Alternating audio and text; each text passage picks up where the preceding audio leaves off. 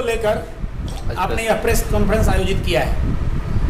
मुजफ्फरपुर के विकास को लेकर के हम लोग बात करने आए कि मुजफ्फरपुर का विकास तो आज तक हुआ नहीं, विनाश चारों ओर दिख रहा है। मुजफ्फरपुर के विकास को लेकर आप इतने चिंतित क्यों हैं? मुजफ्फरपुर मेरा घर है, मेरा नेटिव प्लेस है। अपने घर को लेकर के सब परेशान होता है, सब लोग चाहता है कि मेरा घर खूबसूरत हो। मेरे घर में अगर कोई नाला का पानी ला करके फेंक देगा, कोई गंदा फेंक देगा, तो जाहिर सी बात है कि हम अपने घर, निजी घर को साफ रखना चाहेंगे। वैसे ही मुजफ्फरपुर मेरा घर है, तो हम अपने घर को साफ रखना चाह रहे हैं। इससे पहले आप कहाँ थे? इससे पहले 2016 से ही हम मुजफ्फरपुर में कंटिन्यू बने हुए हैं और मुजफ्फरपुर में समाज की सेवा में लगे हुए हैं और कंटिन्यू लोगों को ये बात समझा रहे हैं और बोल रहे हैं। क्या लग रहा है, लोगों को आपकी बात समझ में आ रही है? कोशिश तो जारी है कि हम अपनी बातों को रखें और अपनी बातों को लोगों को समझाएं। मुजफ्फरपुर की इस परिस्थिति के लिए आप किसे जिम्मेदार मानते हैं? मुजफ्फरपुर के सभी जन नेताओं को, जो लोग अपने आप को जन नेता कहते हैं, मेरी नज़रों में वो लोग जन नेता तो नहीं है, लेकिन धन नेता सभी के सभी हैं। सभी के सभी मुजफ्फरपुर को लूटने का और चीरहरण करने का काम मुजफ्फरपुर का प्रतिदिन कर रहे हैं। आप इतनी चुनौतियों से का सामना अकेले कैसे करेंगे?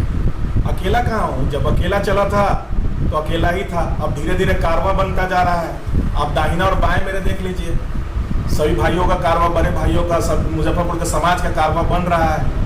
और आप जहाँ जाइए शहर के किसी भी कोने में, आप राहुल नगर पकड़ लीजिए, आम गोला पकड़ लीजिए, बसंती गली पकड़ लीजिए, हर एक जगह मेरे चाहने वाले लोग और मेरी बातों को समझने वाले लोग बैठे हैं और मेरे साथ खड़े रहने वाले लोग बैठे हैं। दिन रात लोग साथ खड़ा रहना चाह रहे हैं। मुजफ्फरपुर के विकास के मुद्दे के साथ है सब। कुछ समय में मेयर का चुनाव होने वाला है एवं सभी वार्डों का चुनाव साथ में होगा, तो अभी बहुत सारे नेता लोग निकलेंगे, क्या आप भी उन्हीं नेताओं में से एक हैं? नहीं, अभी तो हम आपका बेटा आपके द्वार कार्यक्रम चला रहे हैं, उसमें अभी ये तय नहीं। अभी तो मैंने कहीं आधिकारिक पुष्टि नहीं किया है कि मैं कोई चुनाव लड़ने जा रहा हूँ।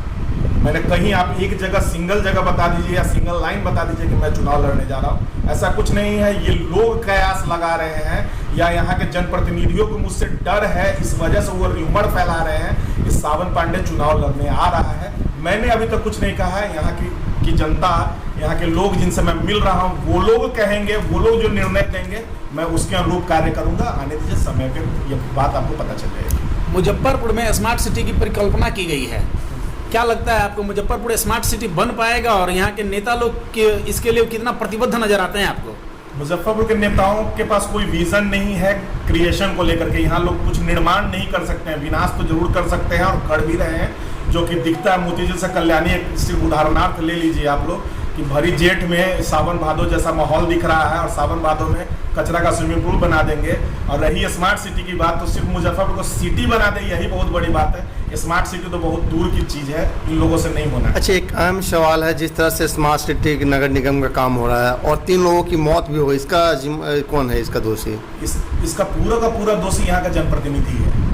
यहाँ के जनप्रतिनिधि अगर चीज़ों को ध्यान दे, और जनप्रतिनिधि का मतलब सिर्फ जनप्रतिनिधि नहीं होता है, वो जनता का सेवक होता है, सेवा करने के लिए बना है, नहीं कि वो मालिक बनने के लिए आया है।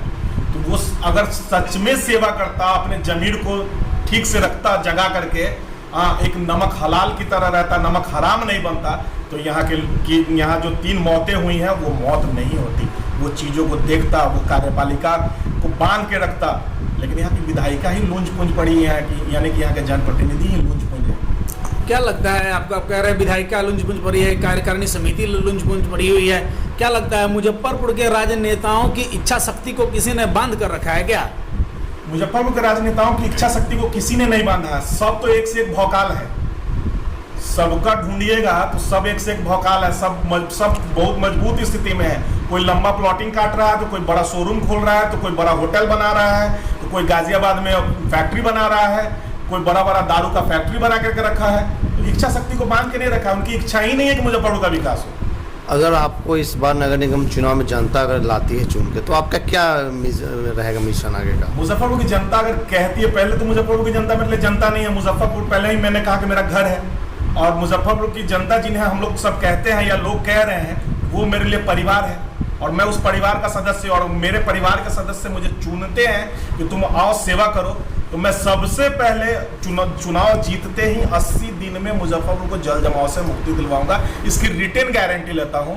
और उसके बाद जाम की समस्या से मुक्ति दिलवाऊंगा, इसकी भी रिटेन गारंटी लेता हूं। और उसके आगे का कार्य तो आप लोगों को समय समय पर दिखता रहेगा, विकास दिखेगा। वहां तक पहुंचने के लिए आपको सबसे पहले राजनीतिक चुनौतियों से निपटना पड़ेगा, उसके लिए आपकी तैयारी कैसी है? तैयारी मैंने कर रखी है हर तरीके से। ये लोग जिस भाषा में बात करेंगे मैं उस भाषा में बतियाने के लिए सक्षम हूँ।